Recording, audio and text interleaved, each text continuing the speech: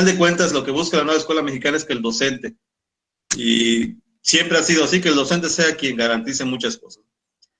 ¿Qué significa ser equitativo? Que cada maestro pueda garantizar que a los niños les corresponda lo que debe según su necesidad, porque no es lo mismo darle lo mismo a todos que generar una adecuación curricular para el que está atrasado, para el que va adelantado o para el superdotado, ¿no? Muchas veces en los tiempos que hemos dado los cursos anteriormente, siempre les hemos planteado, para entender esto, un primer grado. Cuando los niños entran, el primer día, no todos llegan sin saber leer. Hay unos que ya llevan silabeando, algunos que llevan leyendo. Hay unos que no saben ni agarrar el lápiz. Hay unos que no saben ni siquiera ser autónomos, se las pasan llorando. Hay unos que no han madurado todavía y quieren seguir todo el día jugar y pintar. Entonces, el maestro tiene que tener presente eso, que la parte equitativa la va a poner él. No puede haber una tarea general como muchos acostumbran, incluso un servidor acostumbraba al principio de sus servicios profesionales, donde dabas tú en tu hora la misma actividad para todos. Entonces, el maestro tiene que entender que tiene que diseñar algunas actividades diferidas según el contexto en el que esté, según qué tipo de alumnos tenga. ¿Será inclusivo?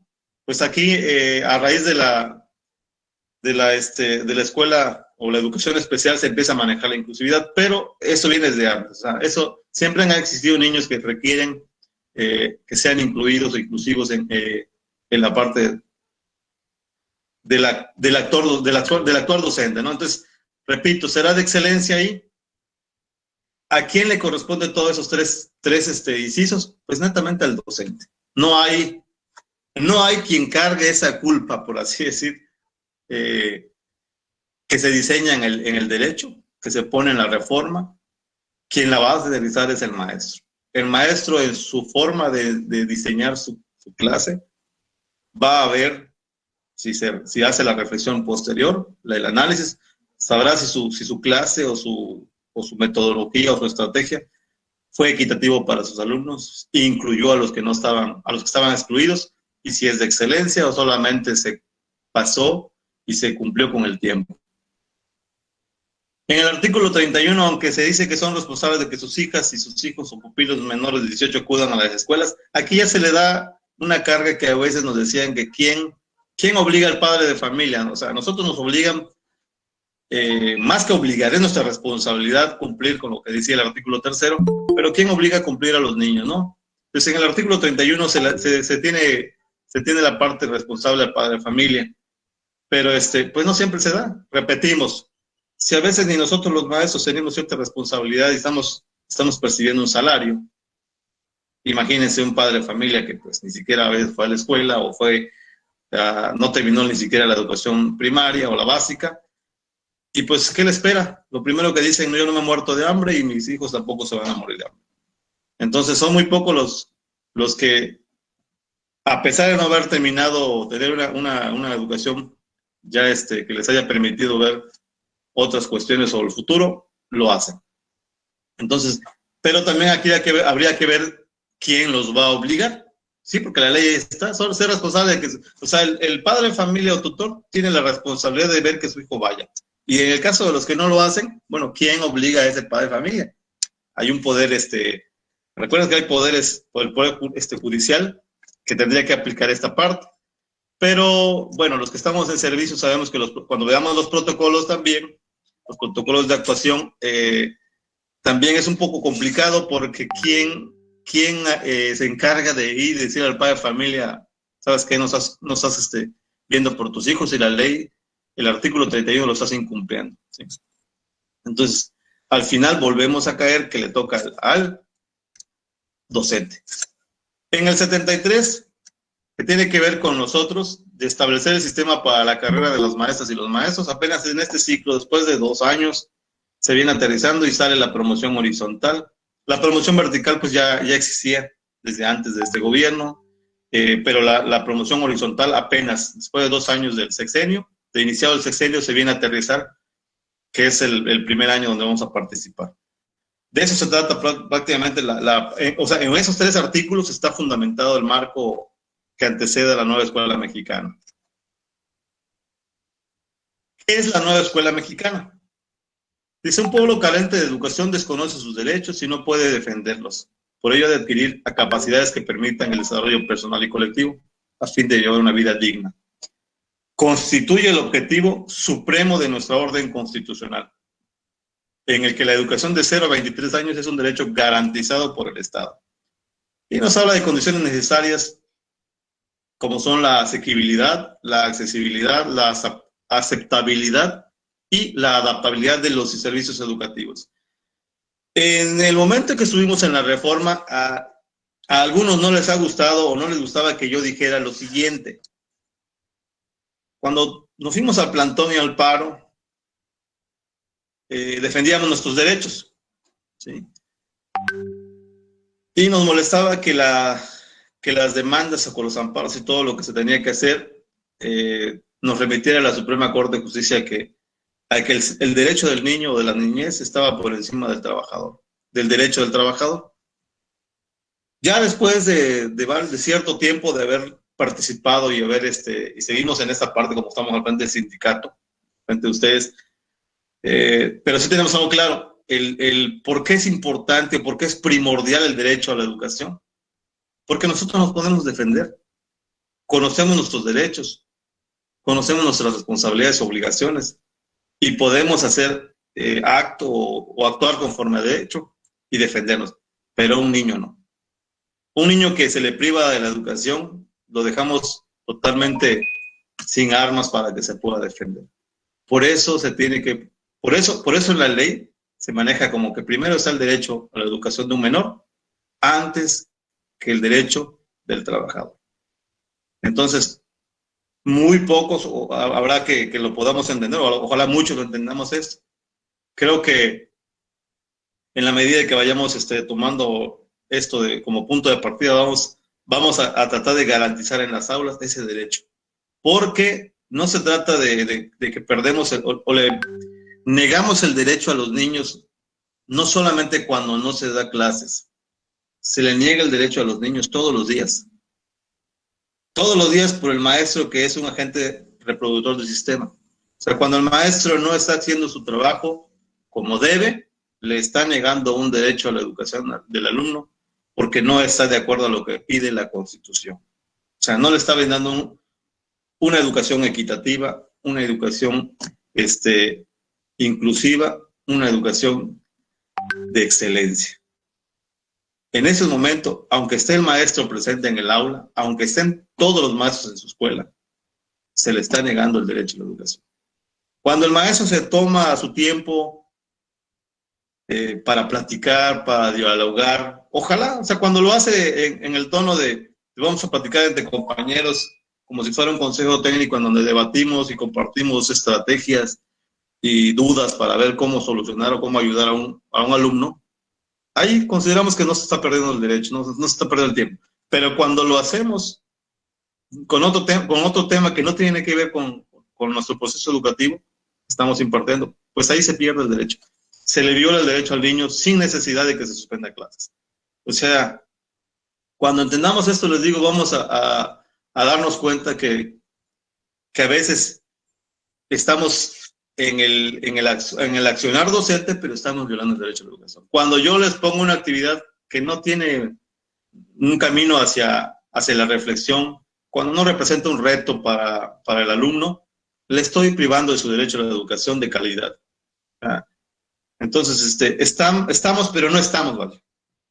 Entonces, la parte del derecho a la educación no solamente implica cuando suspendemos clases, sino implica cuando no hacemos lo que debemos en la calidad que se debe hacer.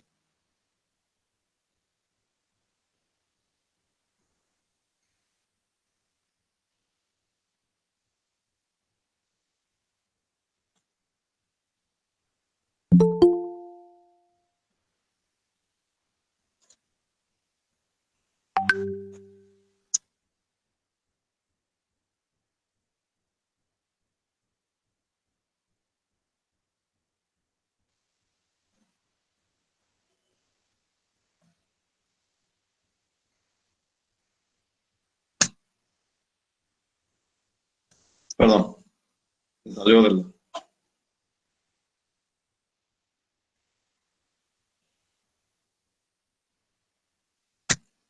Bueno, esa es la definición así de la escuela, nueva escuela mexicana, es el periodo de 0 a 23 años en donde se tiene que garantizar por el Estado que todos terminen, pero que terminen de manera excelente, que terminen de manera bien.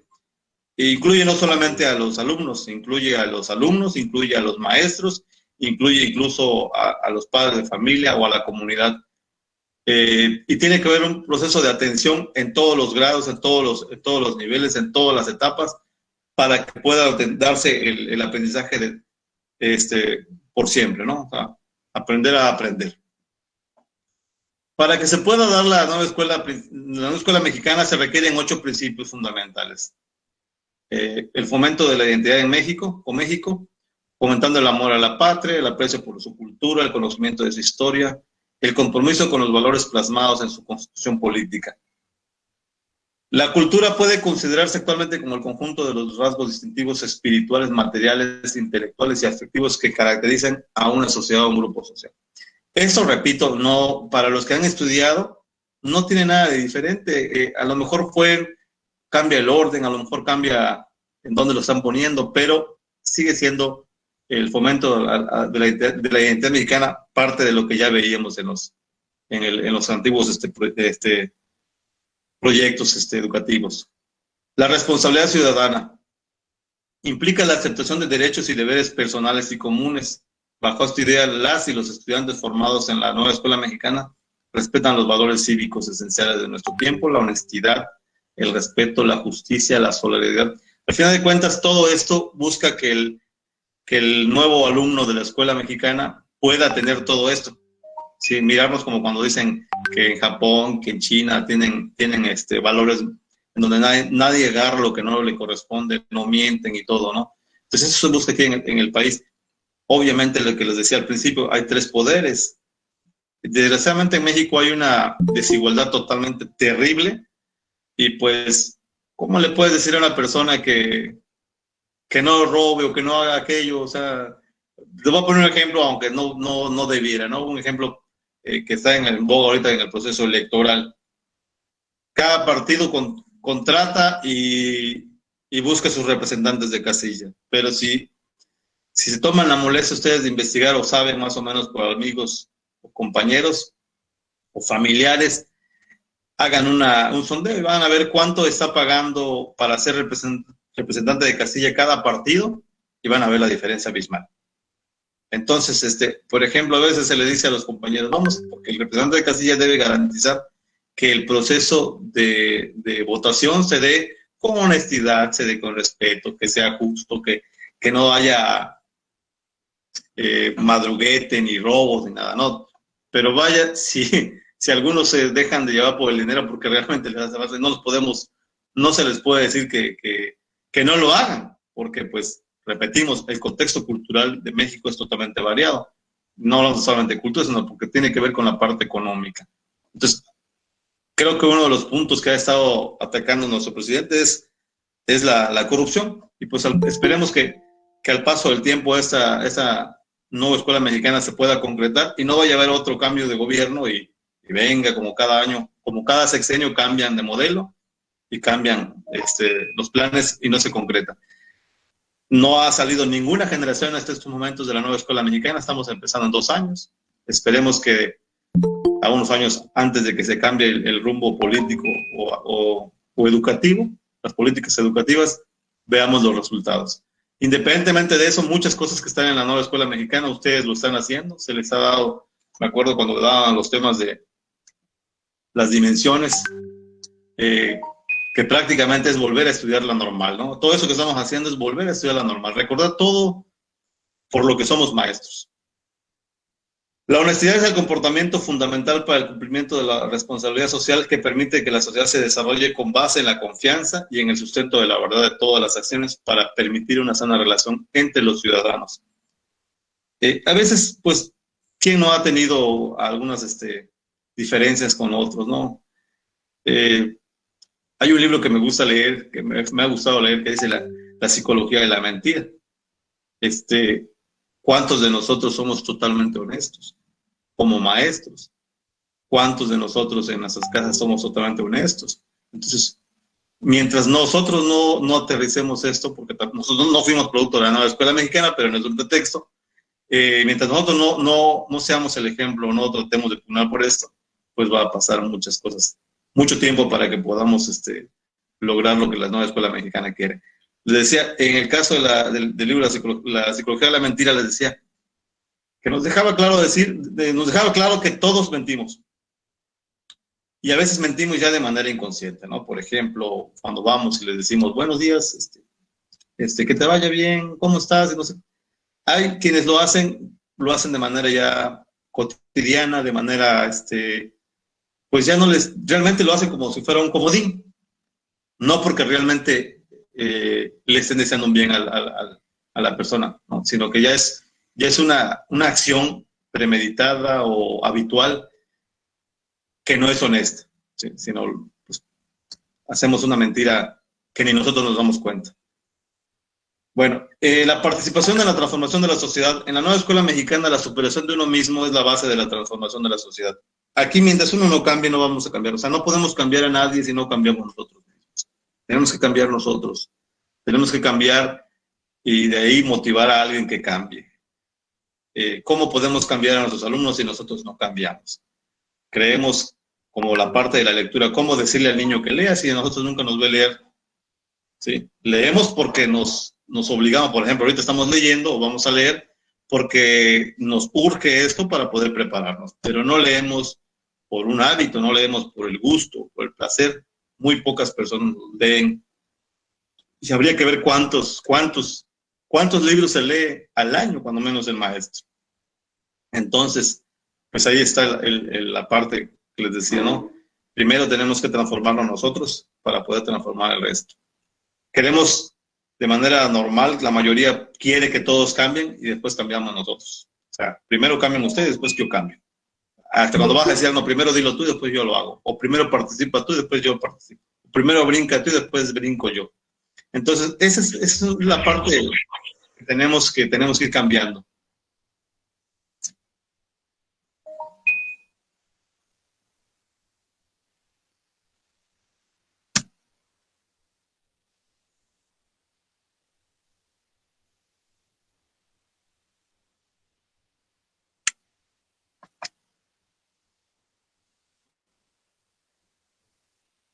Está un poco trabada mi computadora. Espero que no se desesperen.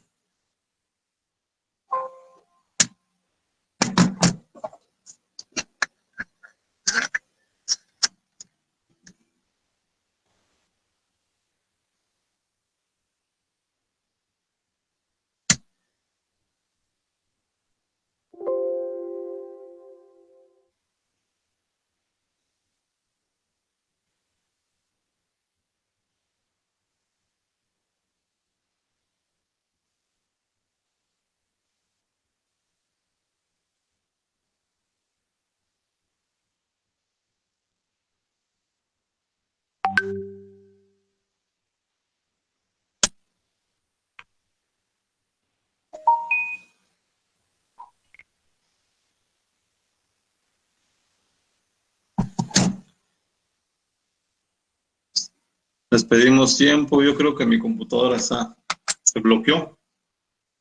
Maestro Simá, ¿me está escuchando? Ah, ya corrió. Bueno, tenemos una de las 8. Sí.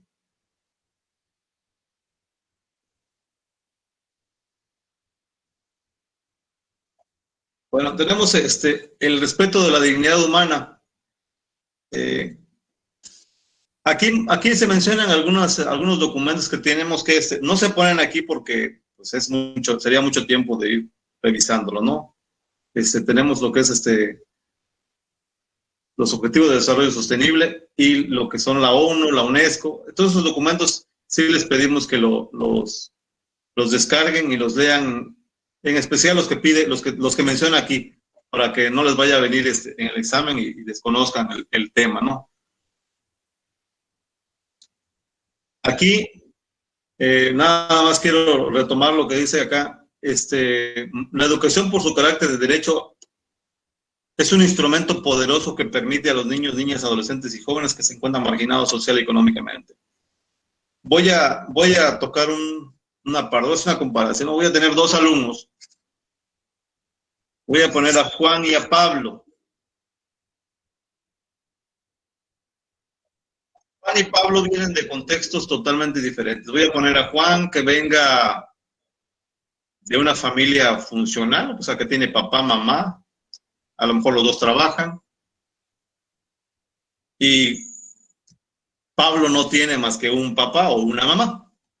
Entonces, desde ahí, desde el inicio, Juan y Pablo tienen oportunidades diferentes. Los dos pueden tener muchas ganas, pero la parte educativa no va a ser igual para ambos. Para Juan, pues va a ver el maestro que Juan lleva sus útiles, Juan cumple con su tarea, pero para Pablo, pues va a ser un poco difícil, a lo mejor podrá llevar algunas veces, a la vez no podrá cumplir. Entonces, si nosotros no nos damos cuenta de esa parte, vamos a generar que se siga dando la diferencia, pues, educativa, la diferencia sociocultural, la diferencia económica, todo lo que tenga que ser, se va a acrecentar, se está reproduciendo el mismo sistema. O sea, Juan tendrá las mejores oportunidades, pero Pedro no las va a tener. Entonces, y si nos vemos al finalizar, cuando los dos logran terminar, si es que Pedro puede terminar igual que Juan, en el campo laboral, pues a lo mejor Juan tenga sus papás relaciones y pueda entrar a trabajar, ¿no? Pero Pedro no. Entonces, esa diferencia abismal que podemos detectar entre Juan y Pedro, quien lo puede tratar de disminuir al máximo es el maestro, es la escuela. Pero si el maestro se da cuenta y llega con ganas de ser un agente de cambio, pero si el maestro llega nada más a ser un reproductor del sistema, pues le da igual si Juan cumple, si Juan lleva, si Pedro cumple o si Pedro no lleva, porque al final de cuentas lo que algunos dicen, ni mi pariente es. Entonces, no queremos ese tipo de maestro, queremos el tipo de maestro que esa diferencia la pueda reducir al máximo, o sea, que dé todo lo que esté de sus manos, todo lo que esté a su alcance.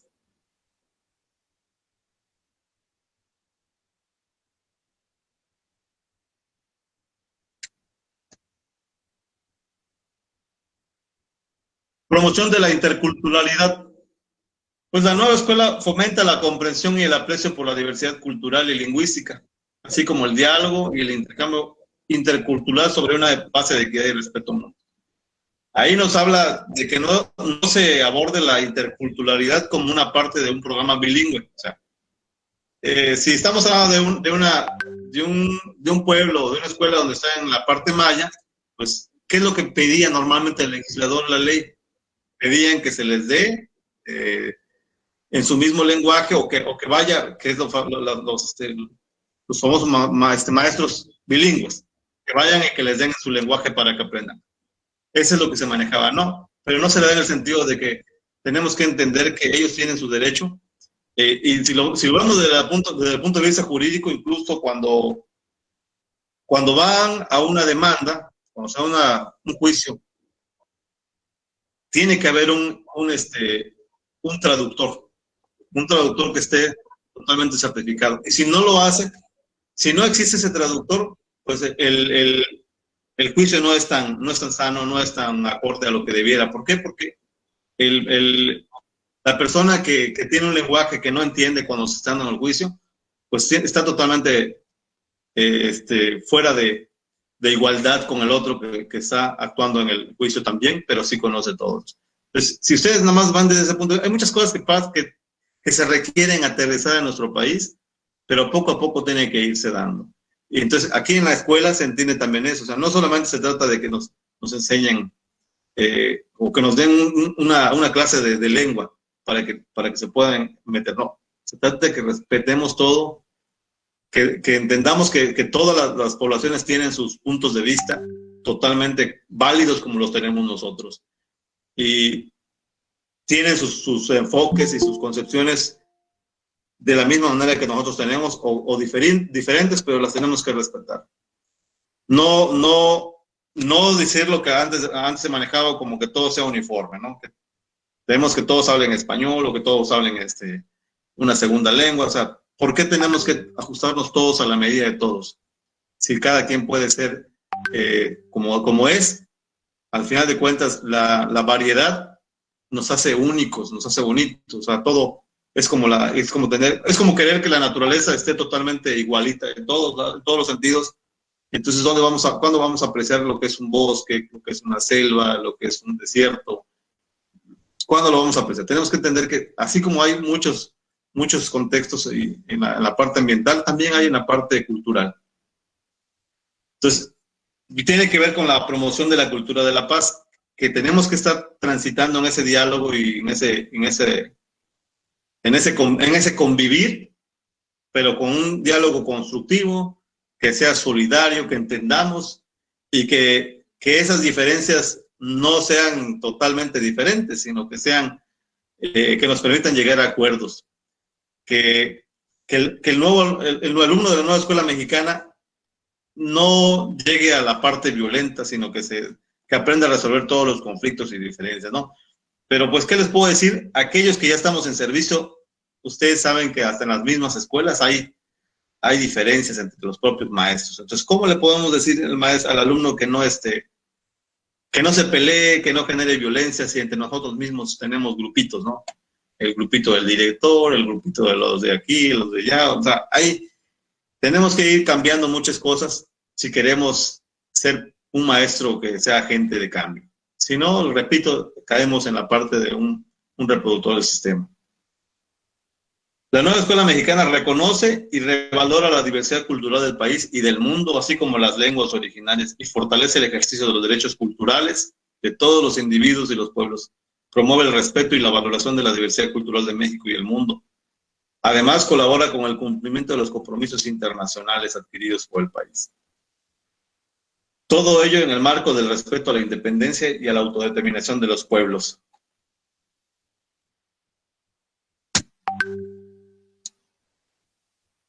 El respeto por la naturaleza y cuidado del medio ambiente, yo creo que a estas alturas, ya en el 2021, muchos hemos entendido que nada de lo que tú hagas ahorita, por muy leve o por muy insignificante para ti, es tan insignificante para el resto del mundo. Lo que hagamos aquí afecta. Es como una palabra que yo diga, a veces una palabra que yo diga, aunque parezca insignificante, termina a veces detonando un pleito en otro lado. Sí, pero para ti fue insignificante, pero para otro lado fue una bomba que detonó. Lo mismo pasa aquí. A veces hay quien dice, yo tiro una basura. Pues sí, pero tú tiras una basura. Pero si en Campeche somos 10,000 habitantes ya, y cada uno tira una basura, son 10,000 basuras al día. O sea, aparentemente no afectamos, pero porque no nos damos cuenta que en realidad estamos afectando más de lo que vemos. Entonces, se busca que hagamos conciencia, que todos los alumnos hagan conciencia, que tenemos que ponernos las pilas. Ahorita estamos en una cuarentena que ya va a cumplir prácticamente, estamos a días. Hoy es día 15, el día 20 fue el último día de clases, 20 de marzo. Estamos a 5 días de que se cumpla exactamente un año en que nos mandaron a nuestras casas y nos encerraron en cuarentena. Claro, algunos no cumplimos la cuarentena, pero ya tiene un año que tiene que ver con el virus del COVID. Todo es producto de nosotros, todo es producto de nuestras acciones. Esas mismas agentes pues que nos invaden son cíclicos o tiene que ver con la parte que estamos dañando nuestro planeta, la temperatura, la basura, la contaminación, todo eso tiene que ver, ¿no? La manipulación de manera pues no ética de algunos agentes que puedan provocar enfermedades. Tenemos que tener el sentido de pertenencia nacional e intercultural.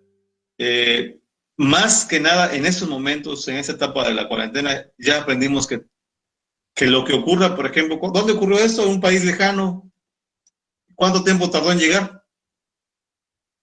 En menos de lo que estábamos imaginando, ya estaba acá y estaban muriendo los vecinos.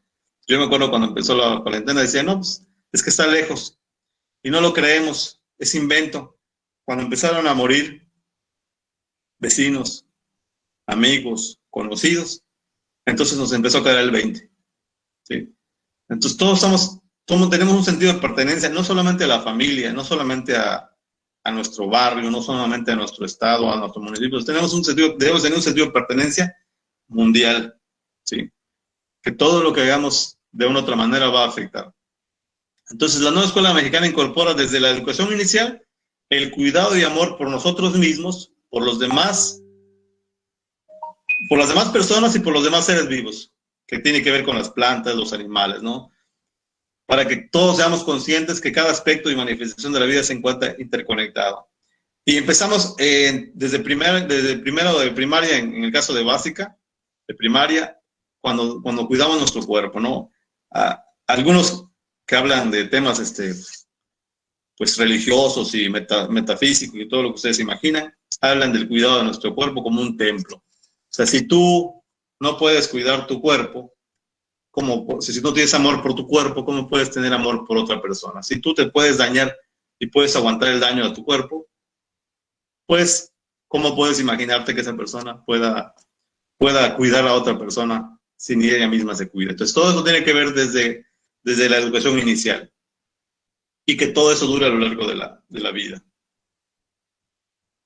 ¿Cuáles son las acciones permanentes como condicionantes para que se pueda construir la nueva escuela mexicana? Decíamos hace rato, no ha salido ningún alumno que egrese de la nueva escuela mexicana. Entonces aquí nos dan cuáles son 4 acciones que deben ser permanentes y condicionantes para construir la nueva escuela mexicana. La revalorización del magisterio. Yo creo que todos nos alegramos cuando sube Andrés Manuel y nos quita la reforma educativa que era muy lesiva para el magisterio. Fue una parte que nos alegró. Bueno, ahí mismo se planteaba la revalorización del magisterio. Una reestructuración global de una carrera docente que permita el desarrollo profesional de todos nosotros, desde su ingreso, la promoción, el reconocimiento y el retiro. Obviamente que aquí habría que hacer un paréntesis. Yo recuerdo hace un año aproximadamente cuando había mucha inconformidad por parte del grupo de nuevo ingreso, que ahorita también hay gente de nuevo ingreso, cuando se empezaron a cerrar las filas y dijeron no, solamente los normalistas en la lista 1 y los otros profesionistas en la lista 2. ¿Qué tiene que ver con esto? O sea, no es que sea malo el que se le dé preferencia al normalismo, pero desde el momento que uno se mete a estudiar, pues elige ser maestro en una escuela normalista. Que hay temas como, por ejemplo, en secundaria y en preparatoria que no exclusivamente tienen que ser normalistas y se da cabida, por ejemplo, a ingenieros, a biólogos, a psicólogos, a doctores. Entonces, da la cabida. ¿Qué es lo que pasó? Que de ese nivel o a esos niveles permitían el ingreso de ellos desde antes de la reforma de Peña Nieto. Pero cuando da la reforma de Peña Nieto, incluso permiten que entren a dar clases en primaria.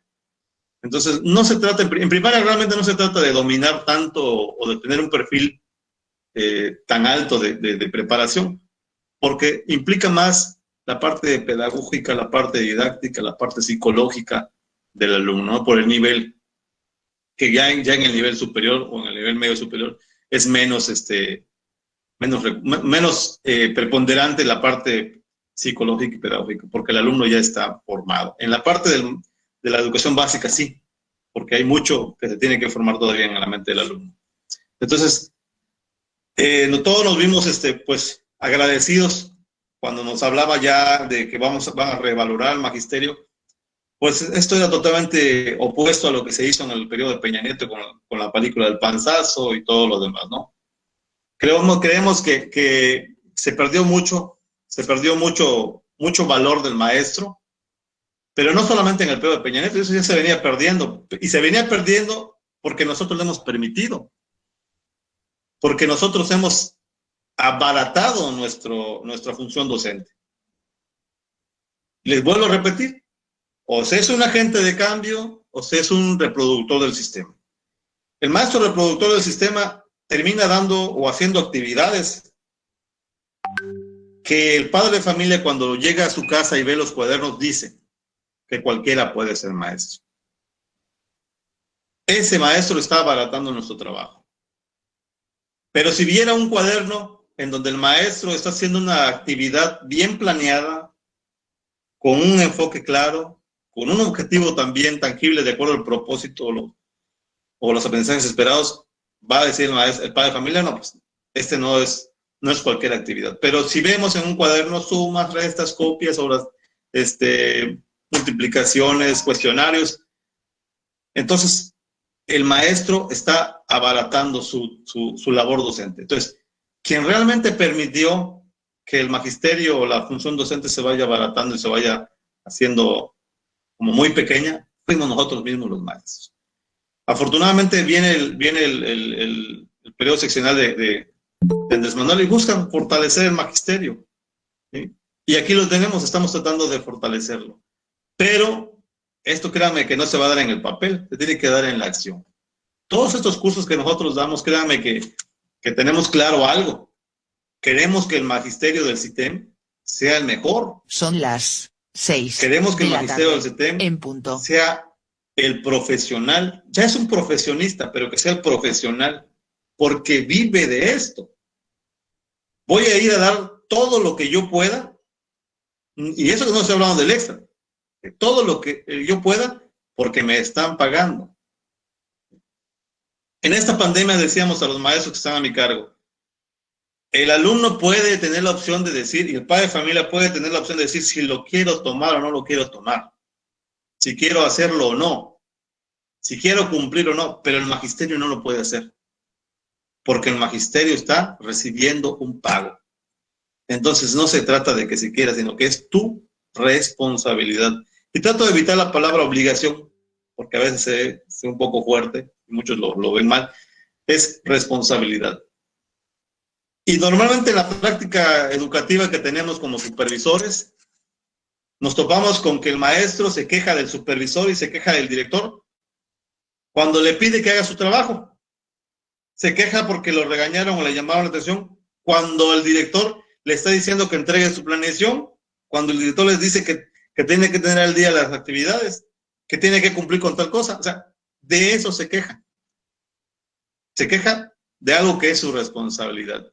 Pues tenemos que cambiar eso. Si queremos revalorizar al magisterio, lo tenemos que hacer nosotros mismos, con nuestro trabajo. A nadie que haga su trabajo correctamente, lo regañan y le llaman la atención.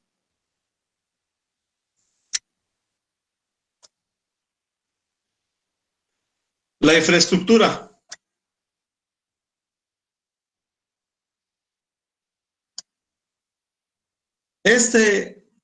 Cuenta con una infraestructura.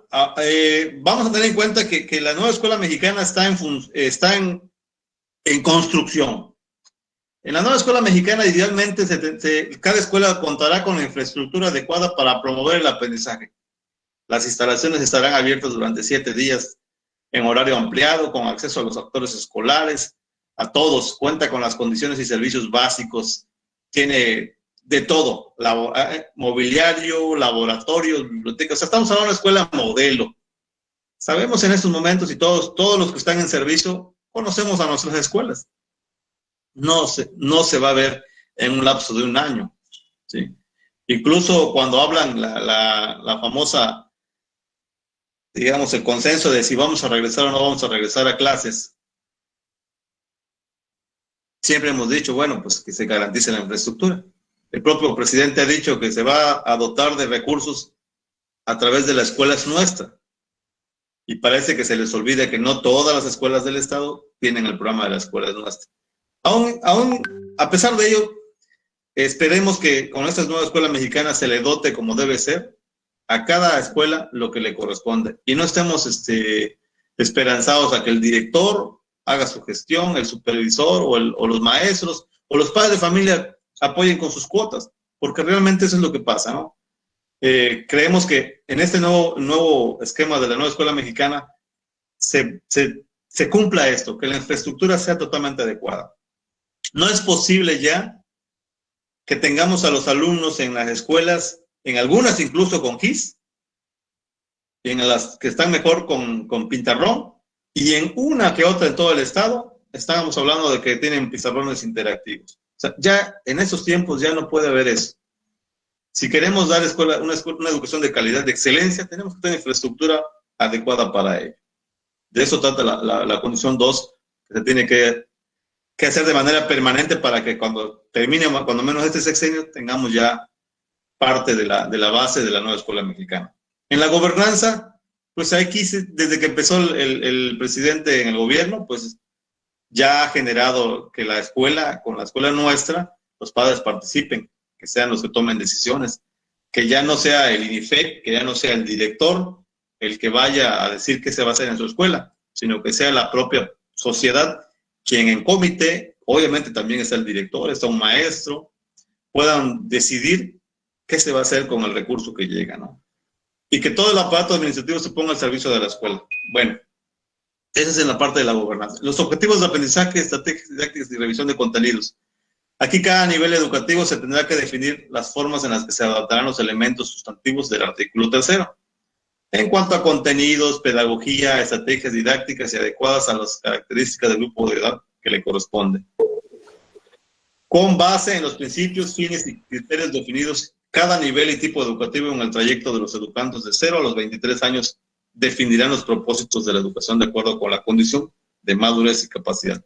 Bueno, esto lo vamos a ver más adelante cuando veamos la parte que tiene que ver con las estrategias de aprendizaje, pero cada nivel tendrá que definir sus contenidos curriculares de acuerdo al nivel educativo que le corresponde, de acuerdo a la edad que tenga, los intereses del alumno. Que no es nada nuevo, les vuelvo a repetir.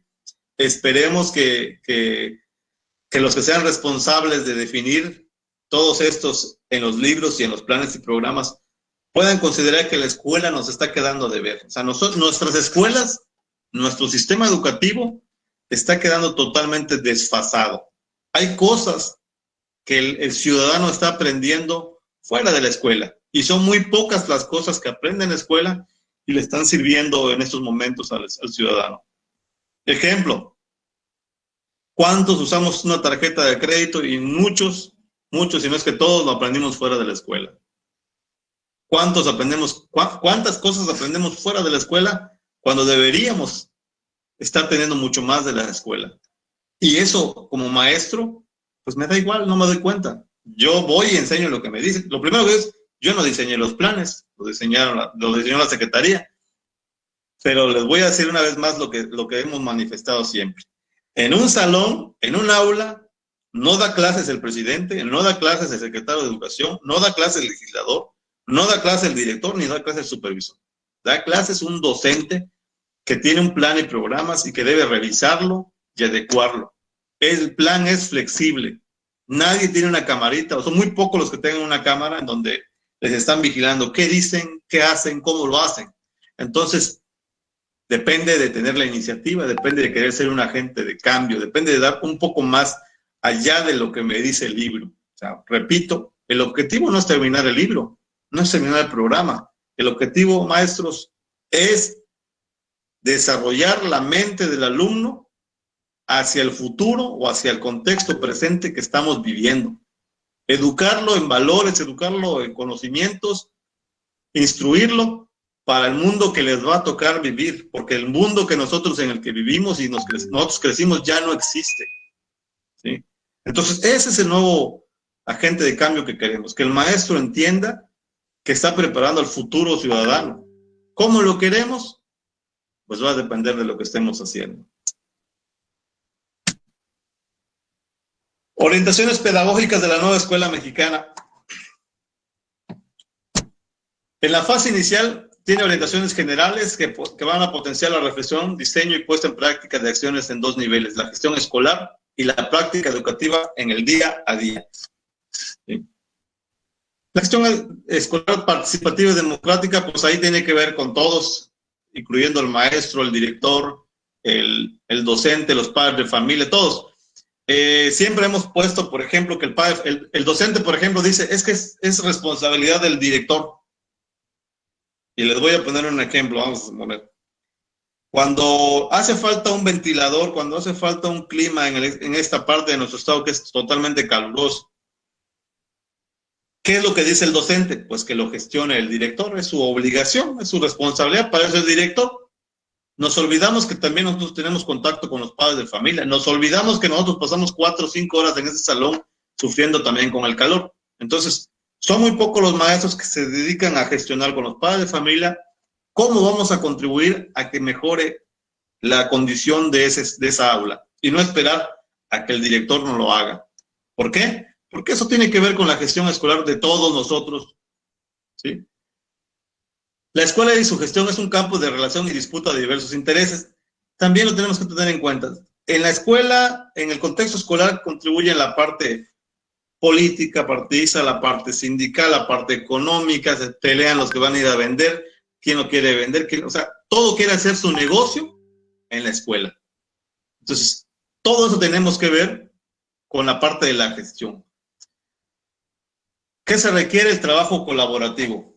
Entonces, aquí dice, la escuela y su gestión es en un campo de relación y disputa de diversos intereses, se orienta o se debe orientar desde el trabajo colaborativo, con la finalidad de generar comunidades de aprendizaje, poniendo las condiciones para el diálogo y en el que se priorice el aprendizaje de las y los estudiantes. Todo lo que ustedes vayan a hacer tiene que estar de acuerdo a que haya un aprendizaje o que esté sobre el aprendizaje del alumno.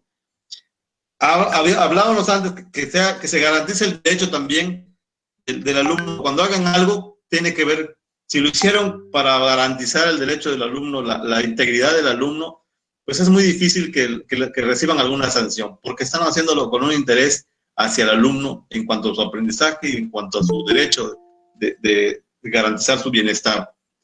Entonces, ¿qué nos piden? Estar atentos a los cambios, potenciar la autoridad y responsabilidad del docente, promover varias formas de participación, comentar, compartir y valorar las opiniones, experiencias y sugerencias de la comunidad escolar. Esas son las partes que nos pide en el trabajo colaborativo. Repito, estar atento a los cambios que se requieren, potenciar la autoridad, que también tendría que ver cuando hablamos de que se va a revalorizar el magisterio. Para potenciar el valor del magisterio y la autoridad del maestro, del docente, digo, del director y todos los demás que están ahí, tiene que ver con su trabajo, con su responsabilidad. No creo que un maestro que no esté cumpliendo como debe tenga cierta autoridad ante un padre de familia, incluso ante sus alumnos. Desde ahí empezamos. Promover varias formas de participación, pues todas las que nosotros conozcamos y las posibles. Comentar, compartir y valorar las opiniones. ¿Por qué?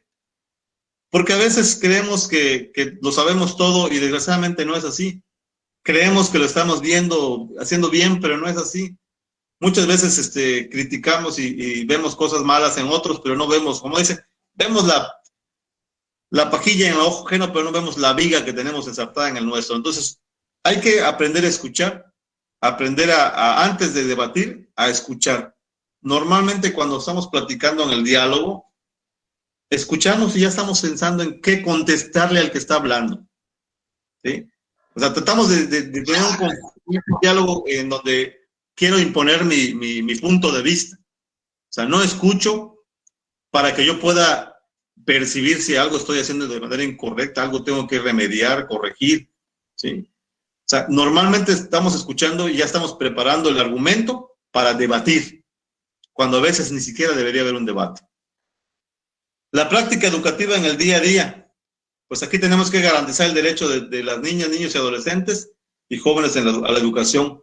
El interés, tomando en cuenta el interés, o sea, cuando hagamos una actividad, pues hay que ver el interés del niño, la detección de sus necesidades y las potencialidades de las y los estudiantes.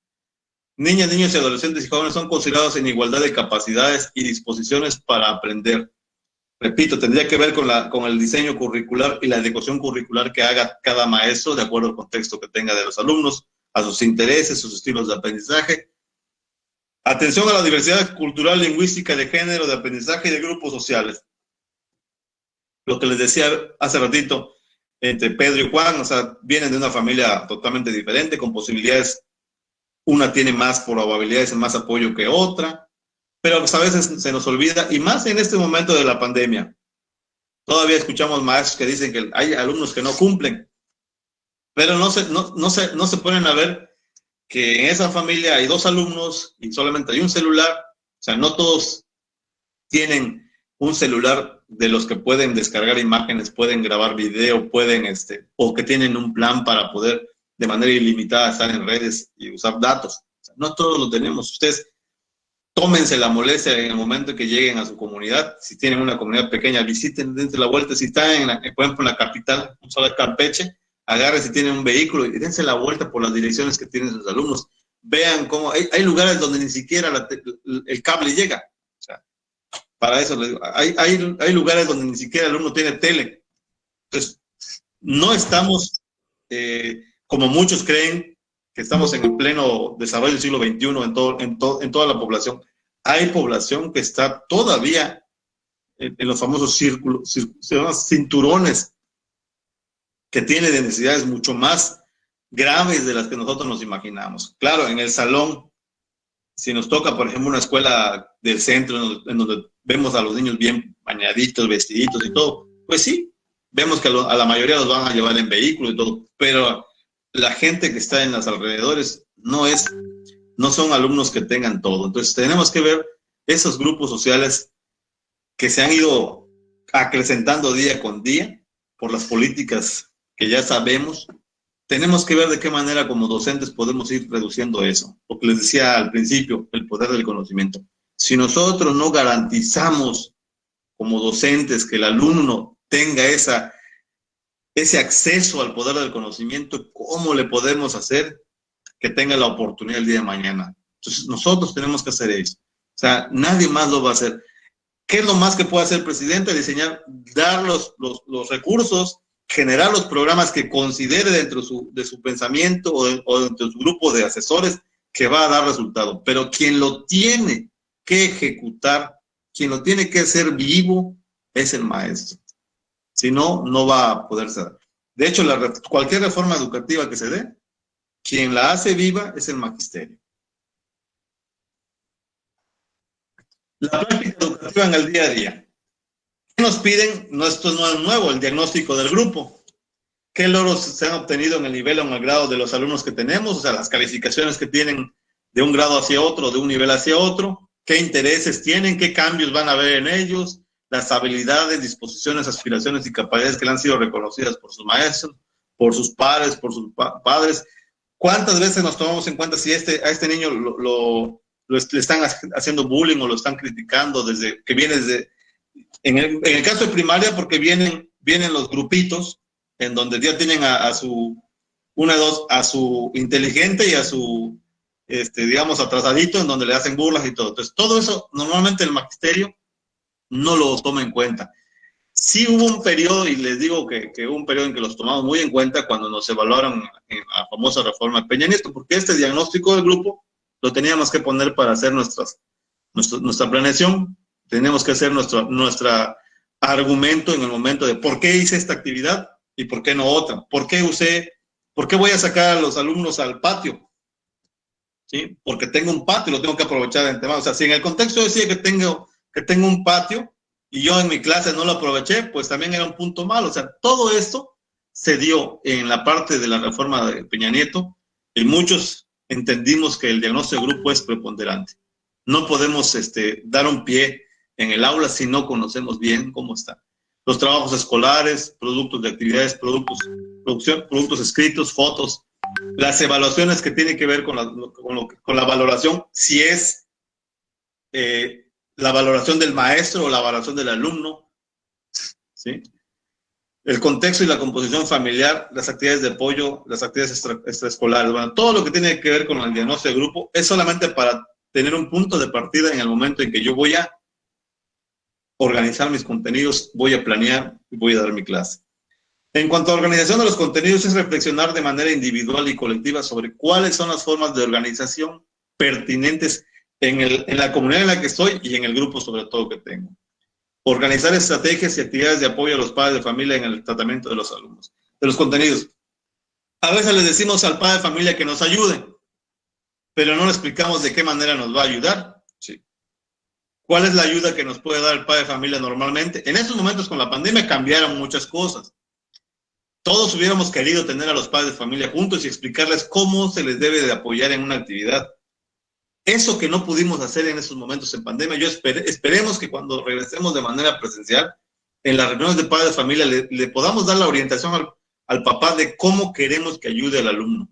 No solamente es ver que está haciendo tarea o que la haga, sino cómo le podemos apoyar.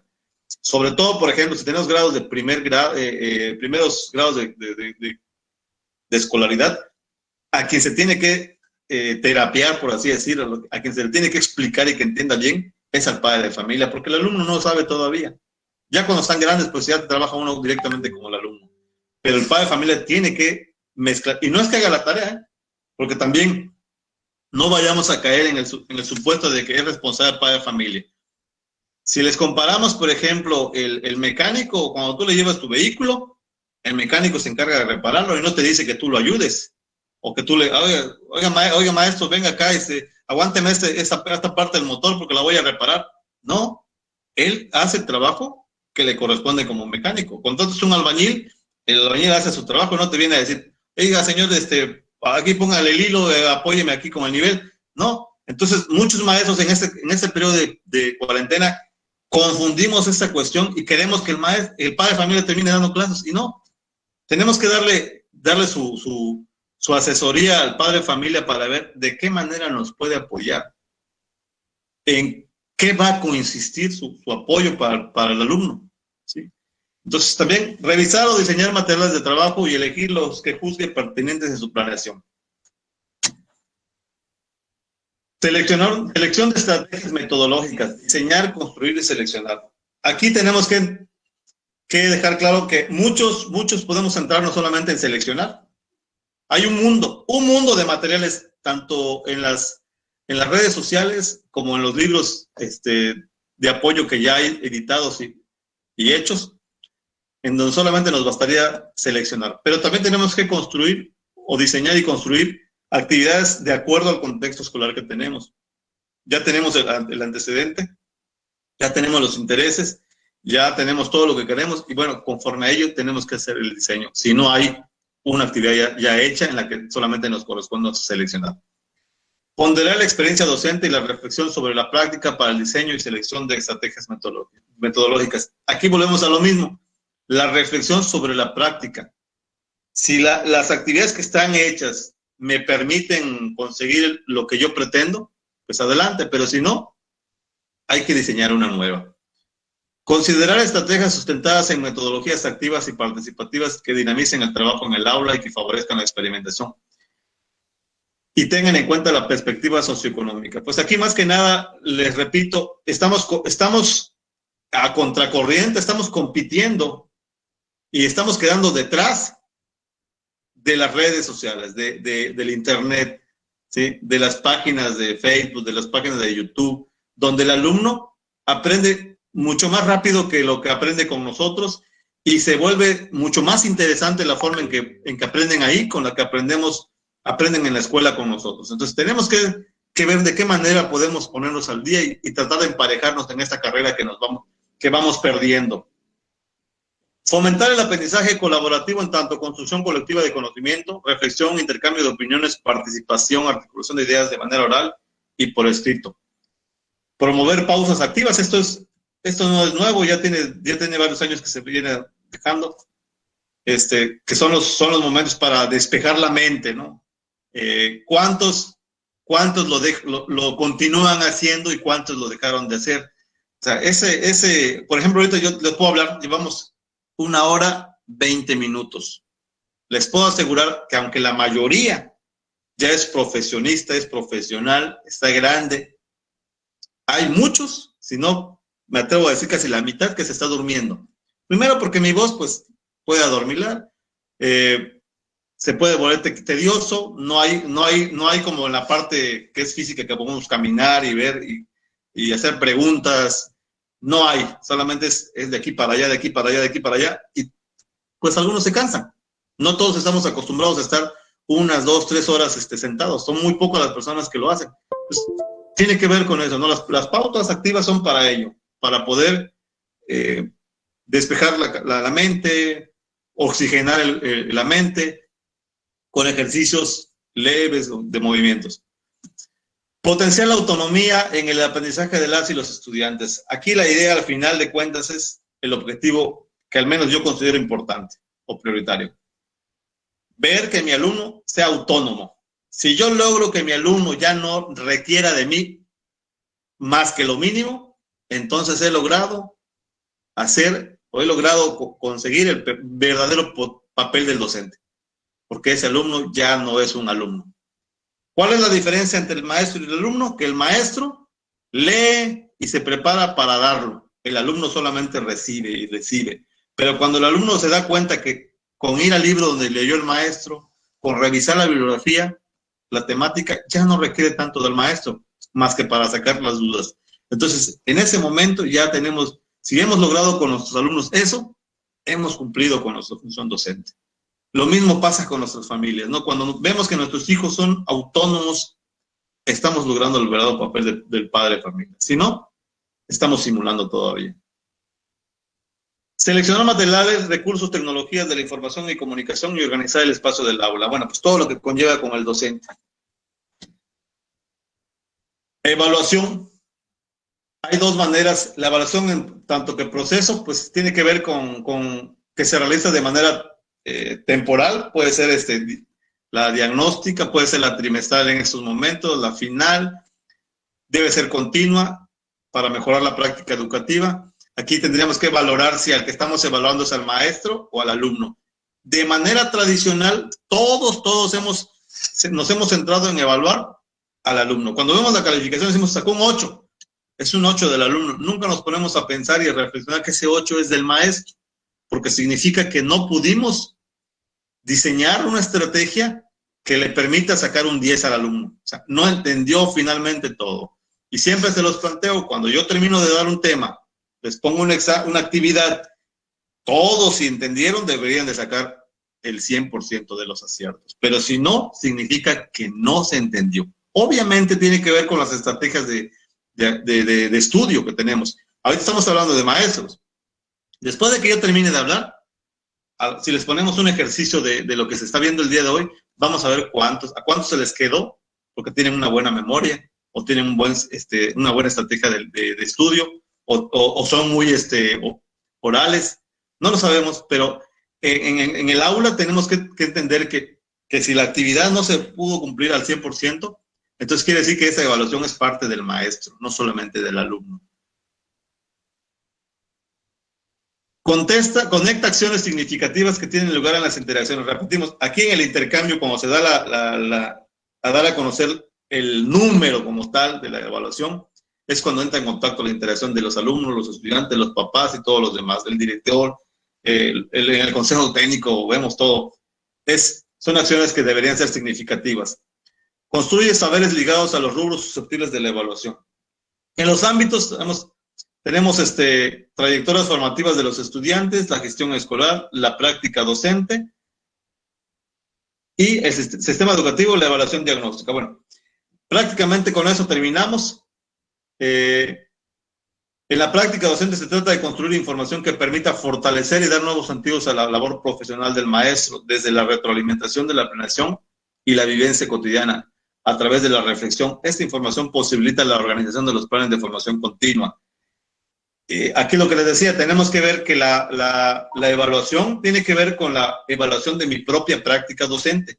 Si la mayoría en el ejercicio, vamos a poner, tengo 20 alumnos, los 20 tuvieron mínimo 6, quiere decir que más o menos pues se pudo conseguir a la mitad el tema que estamos viendo. Y me debería de volver a diseñar otra actividad. ¿Por qué? Porque desde ese momento me está dando la pauta de que mi práctica docente no fue satisfactoria. Y si yo no pongo un paréntesis, una pausa y vuelvo a retomar el tema, cuando llegue el momento del examen, que es periódico, al finalizar el bimestre o el trimestre, pues obviamente que va a haber mucha reprobación de parte de los alumnos. Pero fue una reprobación de mi práctica docente porque no me permití fortalecer esa práctica, retroalimentar o reflexionar sobre mi propia práctica. ¿Y qué pasa con esto en el sistema educativo? La información de este ámbito es de utilidad para elaborar la estadística del ciclo escolar. Pero más que sistema educativo, yo siempre he dicho que estamos en un sistema que no es sistemático. Porque, por ejemplo, ¿Cuántos de ustedes en estos momentos han asentado calificación o han tenido alumnos que tienen una calificación que viene de otro maestro, de otra escuela? Vamos a ver, de la misma escuela. Les tocó el maestro Juan en primero, yo lo recibo en el segundo, y Pedrito tenía un 7 con el maestro Juan, pero conmigo ese 7, pues no es un 7, es un 5 o un 9, no sé. Entonces, esa diferencia genera inconformidad con los padres de familia. ¿Por qué?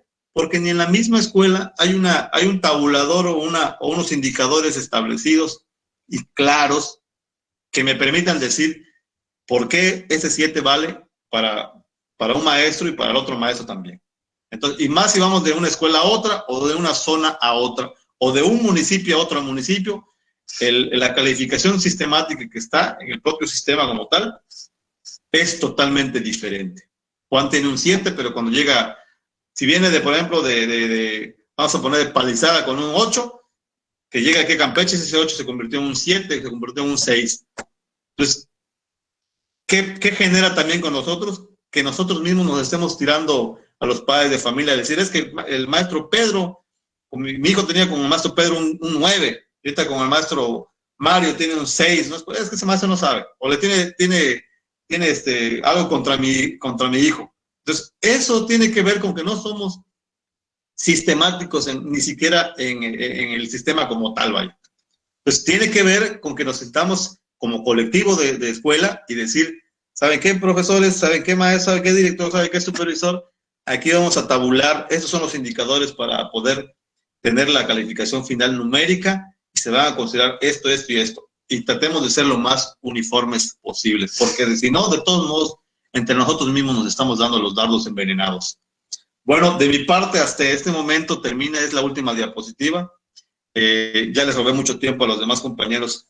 Es que esta dimensión o este dominio es demasiado extenso y los demás compañeros, si yo tardé 1 hora y media, ellos van a tardar más.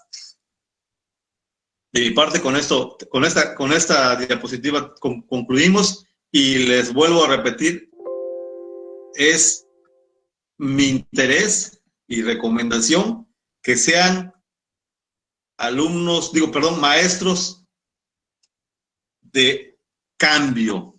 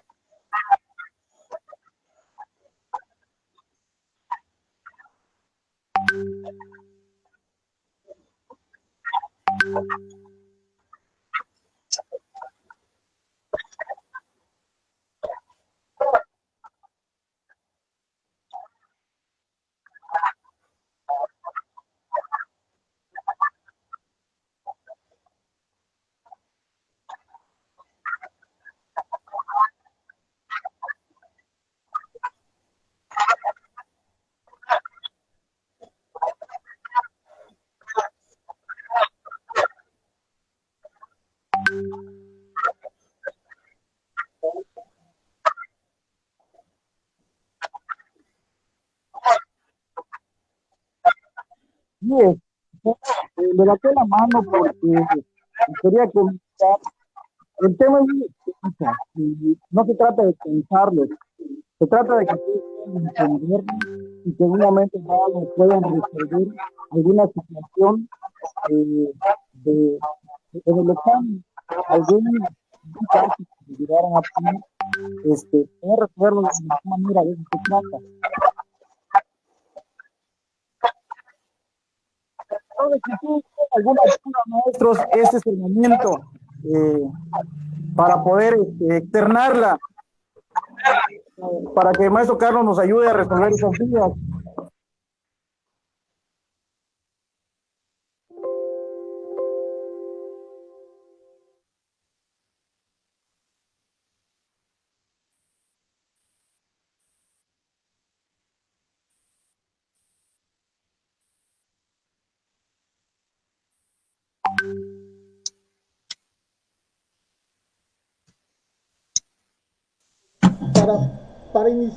Para iniciar con esta parte de las dudas, hay un mito que siempre tenemos en las escuelas, ¿verdad? Que a veces decimos los Tiene maestros... apagado el micrófono, no se escucha. Bueno, les decía que para entrar en materia y para que podamos entrar en confianza y externar nuestras dudas, nuestras creencias, lo que nosotros ya tenemos muy arraigado y podamos entrar en confianza, quisiera platicarles, ¿no? Algo que tenemos muy arraigado los maestros, que siempre decimos, pero si yo no soy la nana del niño, ¿por qué yo como maestro voy a tener que estar presente y ver que al niño lo vengan a buscar? ¿Por qué me exigen si yo no soy nana, yo soy maestro? Esta es una de las creencias muy arraigadas que todavía tenemos como maestros, ¿verdad? Muchos de nosotros desconocemos que hay protocolos, que sí es cierto, es correcto, que no somos las nanas de los niños. Sin embargo, también es correcto de que los niños tienen que estar en un lugar seguro. Tenemos que garantizar la seguridad de los niños en todos los sentidos, y esto lo vamos a encontrar a través de del interés supremo de la niñez. El interés supremo de la niñez está por encima de todo, maestros, por encima de todo. ¿Cuál es el centro del sistema educativo nacional? El centro del sistema educativo nacional son los alumnos, los niños y su aprendizaje. Lo más importante del sistema educativo son los niños, su aprendizaje y su bienestar, tanto físico como psicológico. ¿Y quiénes somos los responsables de ese bienestar? Todos los de la escuela, maestro. Todos, absolutamente todos.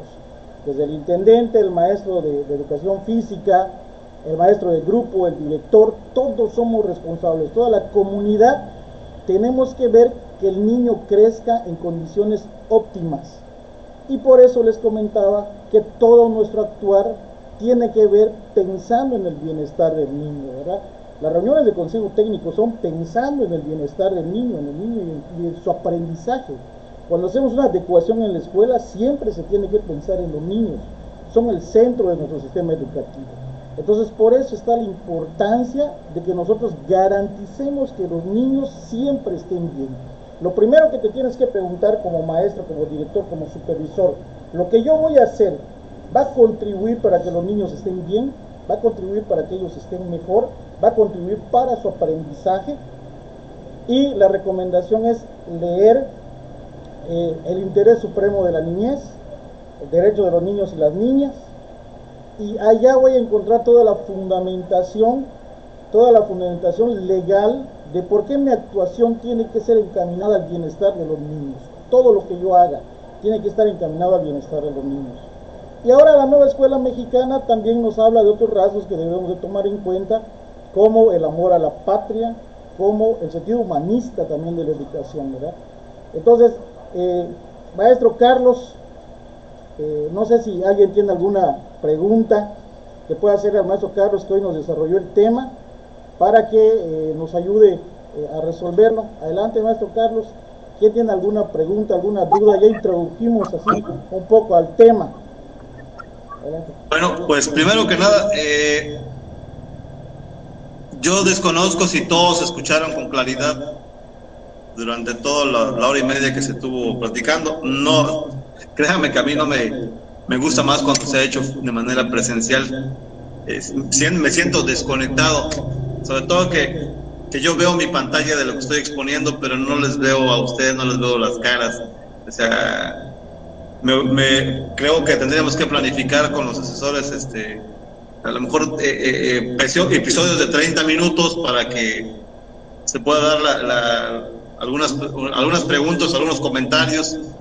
He leído algunos mensajes que decían, por ejemplo, la escuela ampliada a los 7 días de la semana. Recuerden que en la nueva escuela mexicana está en construcción. No quiere decir que ya se está dando. Y dentro de los periodos que va a estar abierta la escuela se habla porque debería haber acceso a internet. Porque lo que se busca es que tanto el alumno como el maestro, como el padre de familia, todos los que tenemos que ver con el proceso educativo, tengamos el acceso al aprendizaje de manera permanente. Y pues el internet es uno de ellos. Pero pues les soy sincero, en estos momentos, ¿cuántas escuelas cuentan con ello? La disponibilidad o la apertura de las escuelas a lo mejor no caería solamente en el docente o en el directivo como responsable. El mismo comité de padres de familia pudiera tener el acceso. Eso todavía lo vamos a ver. En el caso de las escuelas de tiempo completo, por ejemplo, el director se va, pero hay los padres de familia que se quedan, sobre todo en las escuelas multigrado. Los padres de familia se quedan al final haciendo limpieza, organizando. O sea, la escuela es abierta prácticamente mucho más de lo que es el horario escolar. Sobre los directores, pues tenemos que hacernos la idea desde que somos directores y supervisores que ya nuestro tiempo no es como el del maestro, que entra a las 8 y sale a la 1, entra a las 2 y sale a las 6:30.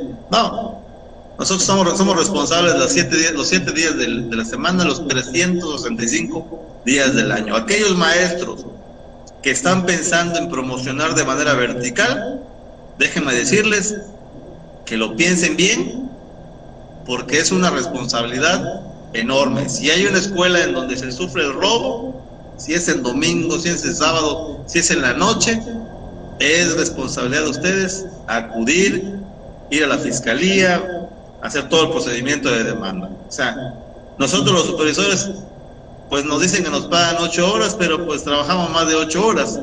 Si cumpliéramos nada más las 8 horas, imagínense, tenemos que agarrar unas cuantas horas de la mañana y unas cuantas horas del turno de la tarde. No, o sea, ya como autoridades responsables de los centros educativos, ya nuestra visión es mucho más allá de lo que les decía hace rato de los docentes. Al docente solamente le pedimos que sea un agente de cambio, pero a los directores y supervisores somos mucho más. O sea, tenemos que estar al pie del cañón. O sea, ya no hay límites de horario. Pues si hacemos la diferencia económica, tenemos que el docente cobra un término de 4 horas diarias, son 20 horas a la semana. El director cobra 6 horas diarias, 30 horas a la semana. Y el supervisor cobra 8 horas diarias, 40 horas a la semana. Porque se hagan una idea más o menos de las diferencias, ¿no? Y el docente pues sí puede decir, yo me termino mi horario y se acabó. Pero el director y el supervisor, no.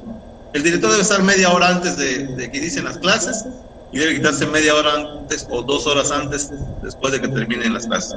¿Por qué? Porque hablemos del personal que labora en las escuelas, estamos hablando de los intendentes y los administrativos. Los intendentes tienen que entrar en un horario de 8 horas más o menos, 8 horas.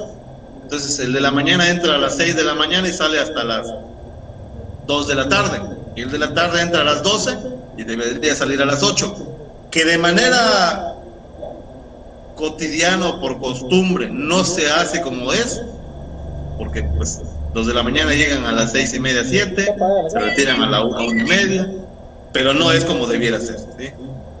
Entonces, pues esas son las implicaciones que tiene que ver para aquellos que estamos pensando en promocionar de manera vertical. Y pues la manera horizontal pues solamente es también aquellos que pueda asumir ese cambio de manera horizontal, que lo haga con entrega. No queremos escuchar que digan, por ejemplo, los maestros, en el caso del esquema de carrera magisterial, pues el maestro gana a nivel pero hace peores cosas de las que yo hago. O sea, no lo hagamos por el incentivo económico, créanme.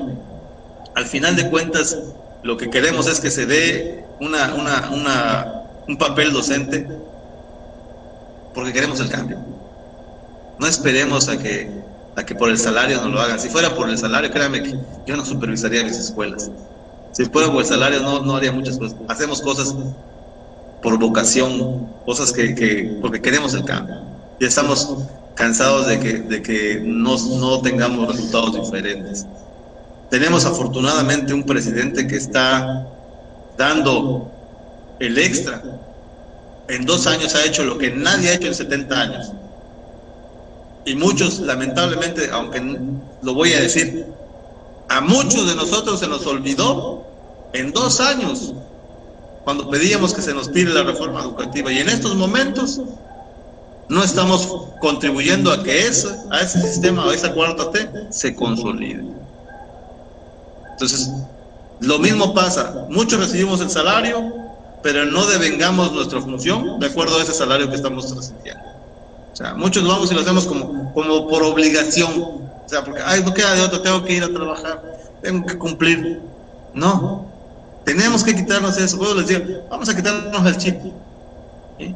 Ser maestro, que se vuelva a revalorizar el maestro, depende de nosotros, depende de cada uno de nosotros en el accionar, en cómo damos clases. Que quitémonos esa idea en el salón o en la escuela donde decimos, ay, que llegó el matadito, es que cree que le van a poner su monumento. O sea, no, vamos a trabajar. En lugar de que vamos y le van a poner su monumento, voy a ser como el maestro que está dando de su tiempo extra, que está haciendo las cosas con responsabilidad, con compromiso, con entrega. Entonces, eso lo tenemos que cambiar. Si nosotros no lo hacemos, pues la nueva escuela mexicana no va a aterrizar. Va a terminar el sexenio, va a venir otro y ahí va a quedar. Gracias, profe. Si tienen alguna duda. Areli Coyoc levantó la mano, maestra, una pregunta o una duda o una sugerencia, un comentario que tiene. Adelante. Adelante, maestra. Areli.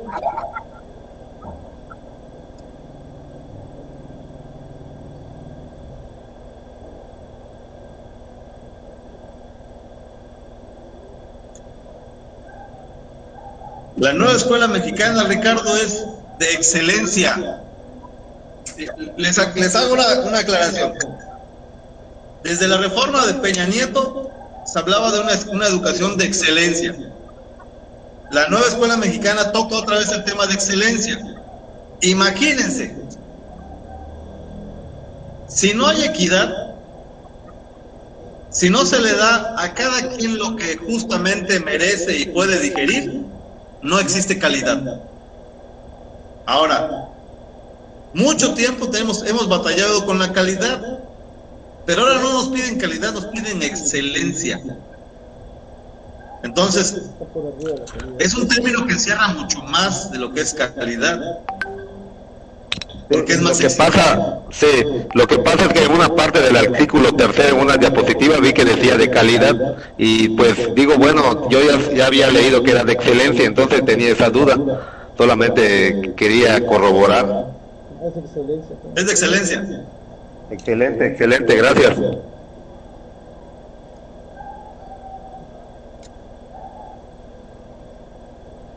Maestra Areli, quería comentar algo, maestra. Levantó la mano.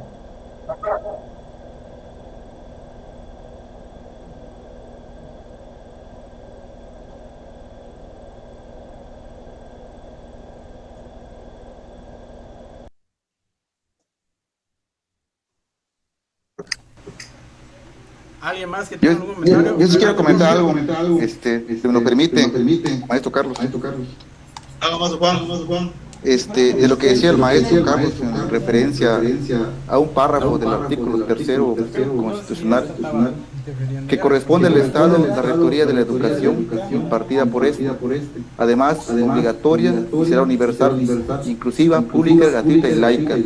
Y habla de tres incisos: inciso E será equitativa, inciso F será inclusiva, inciso I será de excelencia. No olviden que dentro del nuevo acuerdo educativo